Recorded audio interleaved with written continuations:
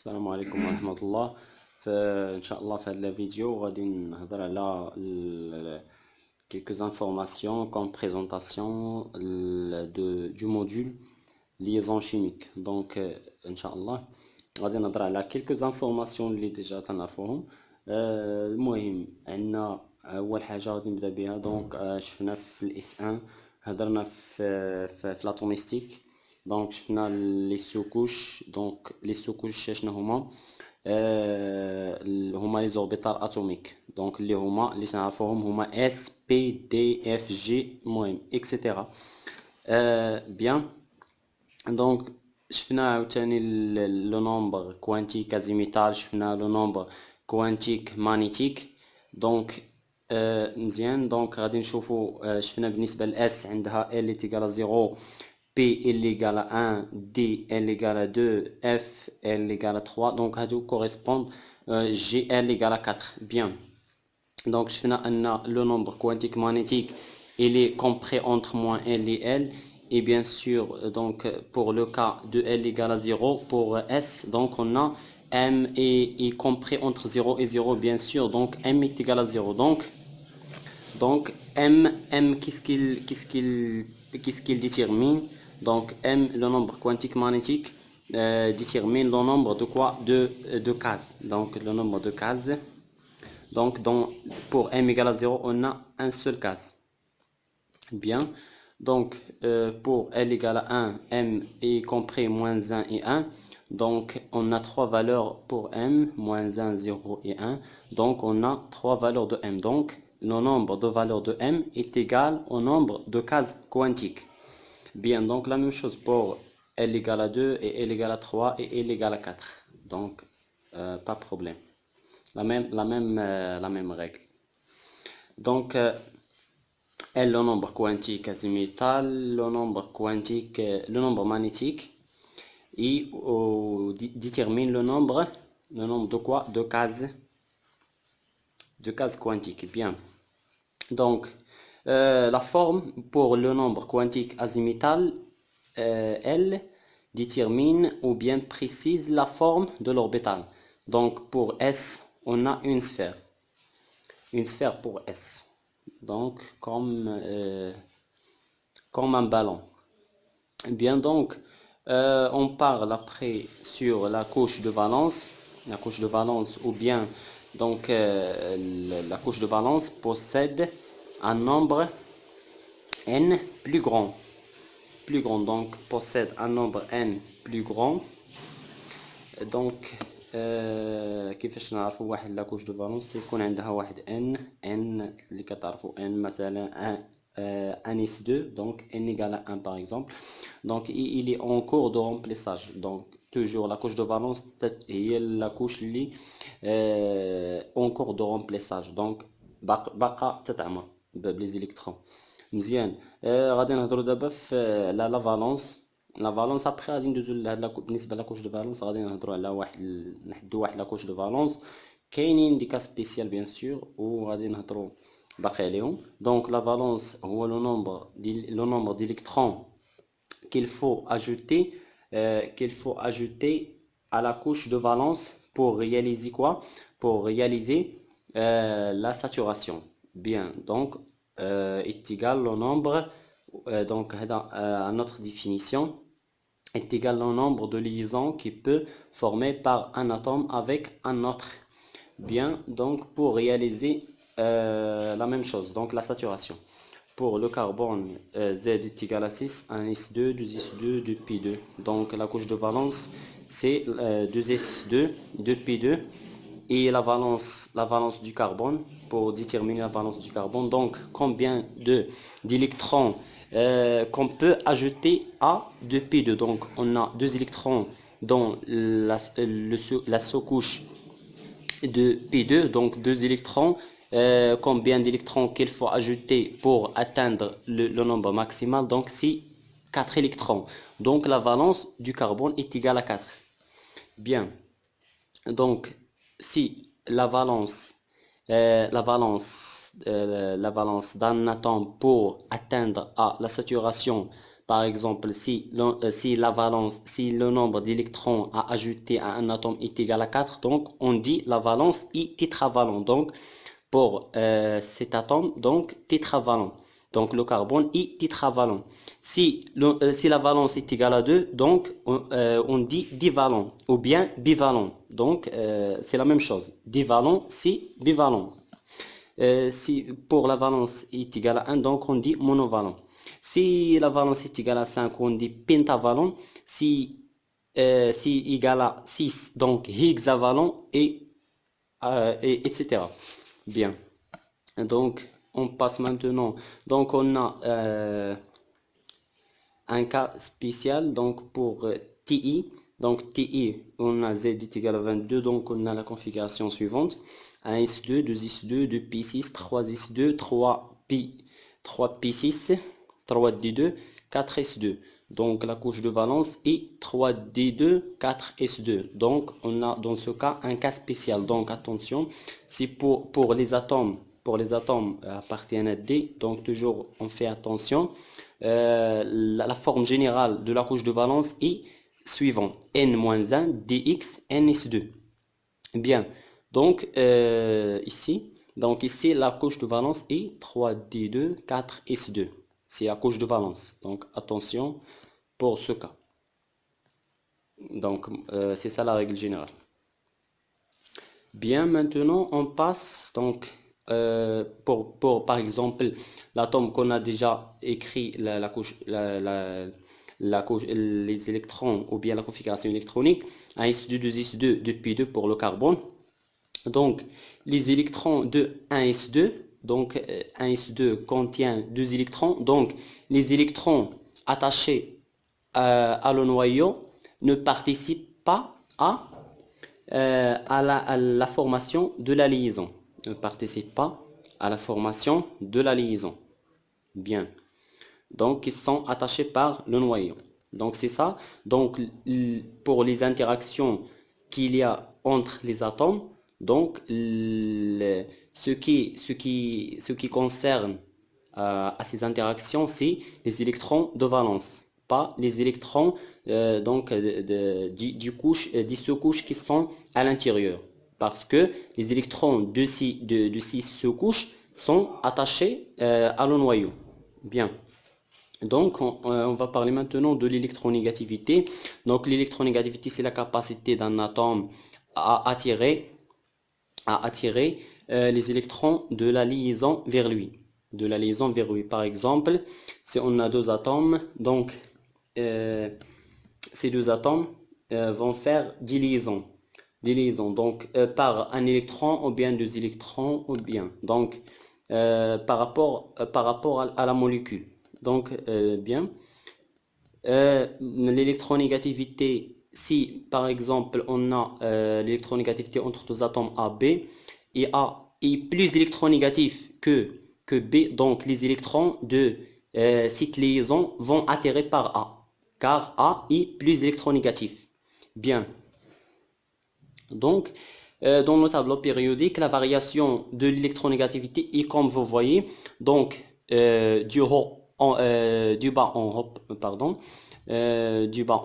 donc l'électronégativité augmente et de gauche vers la droite, et comme vous voyez dans l'image, donc comme ça et comme ça et comme ça, comme vous voyez bien. Donc le tableau périodique, l'électronégativité du fluor, le fluor est le plus électronégatif dans tout le tableau périodique. Bien. Donc les alcalins, on parle aussi des alcalins. Donc les alcalins se caractérisent par la couche qui s'écrit sous la forme, la couche de la configuration suivante, NS1, et les alcalins terreux, NS2. Donc pour le premier groupe s'appelle les alcalins, sauf que l'hydrogène n'appartient pas à les alcalins. Bien, donc NS1, pour les alcalines terreux, NS2, donc sont moins électronégatifs. Pour les alcalins et les alcalines terreux sont moins électronégatifs, bien sûr, car la variation dans le tableau périodique est comme suivant. Donc, puisque les alcalins et les alcalines terreux sont sont en gauche, donc donc leur électronégativité est basse. Donc bien. Et bien sûr, pourquoi on trouve les ions, donc il est plus et Na plus et K plus. Pourquoi on ne trouve pas il est moins? Donc ça dépend de l'électronégativité. Donc puisque il comment est moins électronégatif, donc il est facile de l'arracher un électron.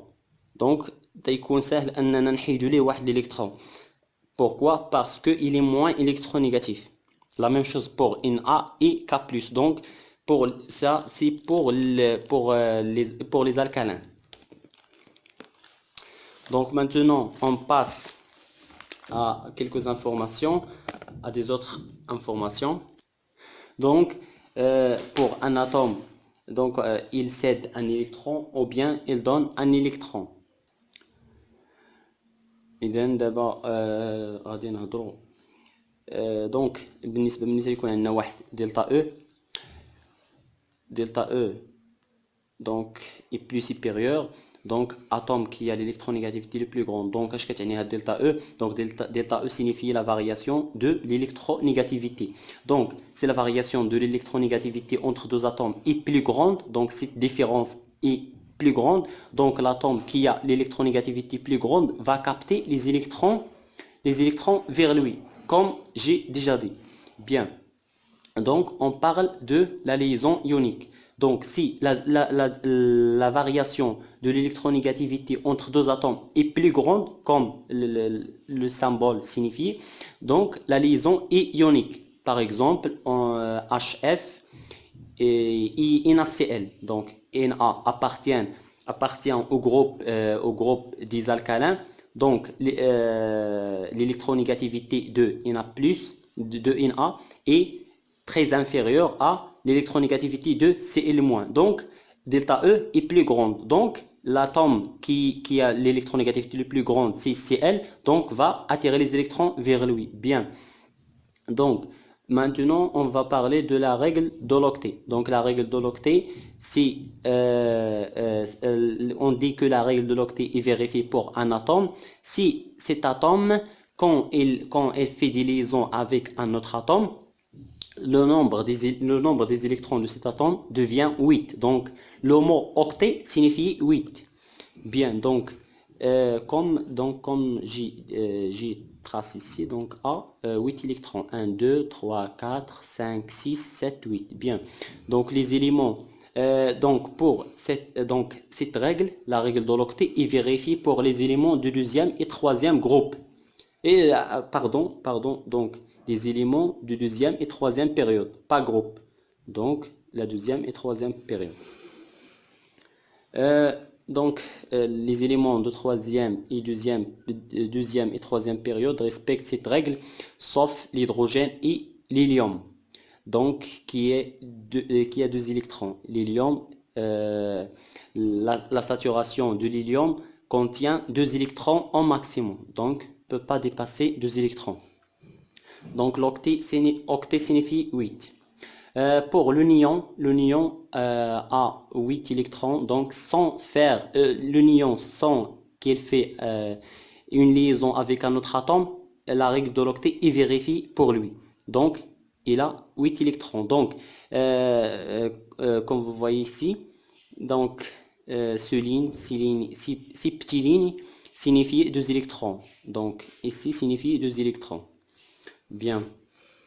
Donc maintenant on passe à la liaison covalente. Donc la liaison covalente se forme entre deux atomes avec des électronégativités différentes.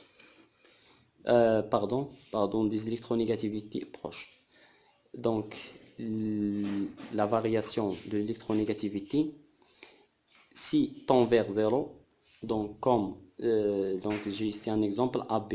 Si l'électronégativité de A est proche de l'électronégativité de B, on dit que la liaison est covalente. Donc comme dans la H2. Donc H2 gaz, donc on a H est lié avec H avec une liaison. Cette liaison contient 2 électrons et bien sûr, donc, cette liaison s'appelle liaison covalente. Donc, l'électronégativité de H est égale à l'électronégativité de H, bien sûr. Donc, la variation, si on calcule la variation de l'électronégativité, on a l'électronégativité de H moins l'électronégativité de H est égale à 0. Donc, cette règle est vérifiée. La delta, donc variation de l'électronégativité est égale à 0. On a aussi la variation de l'électronégativité dans la molécule d'eau, donc entre l'oxygène et l'hydrogène. Donc la liaison est covalente, car l'électronégativité de l'oxygène est proche de l'électronégativité de l'hydrogène. Maintenant, on passe la liaison ionique, donc se forme entre deux atomes avec des électronégativités. Comment? Avec des électronégativités différentes. Donc la delta la variation de l'électronégativité est très supérieure à 0. Donc, comme dans l'exemple de NaCl. Donc NaCl, l'électronégativité Cl est plus électronégatif et Na moins électronégatif. Donc delta de la variation de l'électronégativité est très supérieure à 0. Donc Na+ s'appelle ion sodium, Cl- ion chlorure. Bien, maintenant, il y a un exemple ici, donc HF, la liaison HF est une liaison ionique, car le fluor, l'électronégativité du fluor est très supérieure à l'hydrogène. Donc, si on a fait la différence, l'électronégativité de F moins l'électronégativité de H est très supérieure à 0, donc la variation de l'électronégativité est très supérieure. Maintenant, on passe à la liaison hydrogène. La liaison hydrogène, comme vous voyez dans cet exemple, on a HF, donc l'hydrogène, lié à un hétéroatome. Pour les hétéroatomes sont O, l'oxygène, et le nitrogène, et silicium, et le fluor. Donc, donc attention ici, on a la liaison hydrogène lorsque donc la liaison hydrogène, c'est cette liaison comme vous voyez, donc il est entre H et le doublet libre du fluor. Donc les conditions pour avoir la liaison hydrogène est suivante. Donc avoir un hétéroatome lié avec l'hydrogène et un autre hétéroatome lié avec un autre hydrogène. Donc la liaison hydrogène se fait entre ce hydrogène avec le doublet libre d'un autre hétéroatome. Les hétéroatomes, donc c'est O, N, S, F avec des halogènes. Les halogènes, donc le chlore, le fluor, le chlore, l'iode et l'AT. Bien. Donc, maintenant, je vais parler. Donc, la théorie de Lewis, comme a été énoncée dans le cours, les atomes se combinent entre eux. Donc, les atomes, الذرات كيتجمعوا بيناتهم على أساس باش يحققوا واحد la configuration plus stable. Donc, les atomes se combinent entre eux pour avoir la configuration la plus stable. Bien. Maintenant, le nombre, je vais parler donc du nombre de groupes. Donc, le nombre de groupes est égal au nombre d'électrons de valence. Et bien sûr, attention, on va faire attention au cas de le bloc, donc l'ensemble D. Bien sûr, on a S et P et D. Donc le nombre de valence est égal au nombre de points sur quoi? Sur la représentation de Lewis. Donc si vous voyez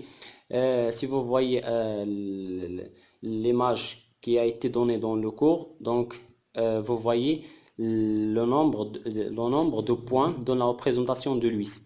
Donc par exemple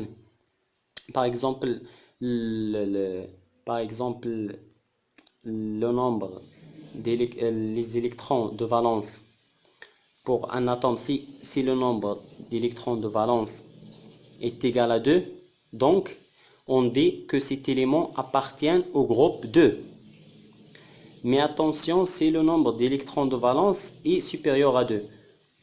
Donc, pour le nombre des électrons de valence appartiennent à D ou P, si appartiennent à D, au bloc D, on va ajouter le nombre des électrons, on va ajouter 10 au nombre des électrons. Alors, donc, pour déterminer le nombre de groupes, pour ne pas confondre les informations, pour déterminer le nombre de groupes, qui est le nombre d'électrons de valence, et bien sûr, qui est le nombre de points sur la représentation de Lewis, je vais vous donner une image dans laquelle cela est bien détaillé. Donc, je vais poser l'image dans la vidéo. Donc, merci beaucoup, j'espère que vous avez bien compris. Et si vous avez n'importe quelle question, vous le posez. Et merci beaucoup.